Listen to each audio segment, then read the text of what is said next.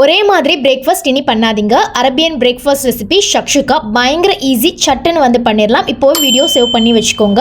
ஒரு கடாயில் எண்ணெய், கொஞ்சமாக பட்டர், நல்லா ஃபைனாக கட் பண்ணி வச்சுருக்க வெங்காயம் சேர்த்துக்கலாம். ஓரளவுக்கு கலர் சேஞ்ச் ஆகட்டும். கட் பண்ணி வச்சுருக்க கேப்சிகம், நல்லா ஃபைனாக சாப் பண்ணி வச்சுருக்க கார்லிக், அதுக்கப்புறம் மசாலாஸ் என்னென்னு பார்த்தீங்கன்னா பாப்ரிகா பவுடர், அப்படி இல்லைனா நீங்கள் காஷ்மீரி சில்லி கூட வந்து யூஸ் பண்ணி, கரம் மசாலா, ஜீரகத்தூள், பெப்பர், சால்ட் இதெல்லாம் சேர்த்துட்டு மசாலாவோட பச்சை வாசனை போனதுக்கப்புறம் ஃபைனாக வந்து பேஸ்ட் பண்ணி வச்சுருக்க தக்காளி பியூரே வந்து சேர்த்துக்கலாம். அப்படி இல்லைனா இந்த கேன் டொமேட்டோ பேஸ்ட்லாம் வந்து கிடைக்கும் பார்த்தீங்களா, அது கூட யூஸ் பண்ணிக்கலாம். நல்ல ஒரு டேஸ்ட் வந்து கொடுக்கும். யூஸ்வலாக இங்கே அதுதான் வந்து யூஸ் பண்ணுவாங்க. தேவையான அளவுக்கு தண்ணி வந்து சேர்த்துட்டு நல்லா கொதி வந்ததுக்கப்புறம் ஒரு கைப்பிடி அளவுக்கு தாராளமாக கொத்தமல்லி இலை வந்து சேர்த்துக்கலாம். அப்படியே ஒரு முட்டையை வந்து உடச்சி ஊற்ற வேண்டிதான். இந்த ஷக்ஷுகாவை பொறுத்த வரையுமே வந்து பார்த்தீங்கன்னா எக்கு வந்து ஹாஃப் தான் வந்து குக் ஆகிருக்கணும். அந்த எல்லோ யோக் வந்து உடைக்கும் போதே வந்து வெளியில் வந்து வரணும். ஸோ அதுதான் வந்து கரெக்டாக வந்து இருக்கும். மூடி போட்டு 2 நிமிஷம் தான் கேஸ் ஸ்டவ் வந்து ஆஃப் பண்ணிக்கோங்க. கார்லிக் பிரெட், குபூஸ், சப்பாத்தி, பரோட்டான்னு எல்லாத்துக்கும் சூப்பராக இருக்கும். ட்ரை பண்ணுங்க.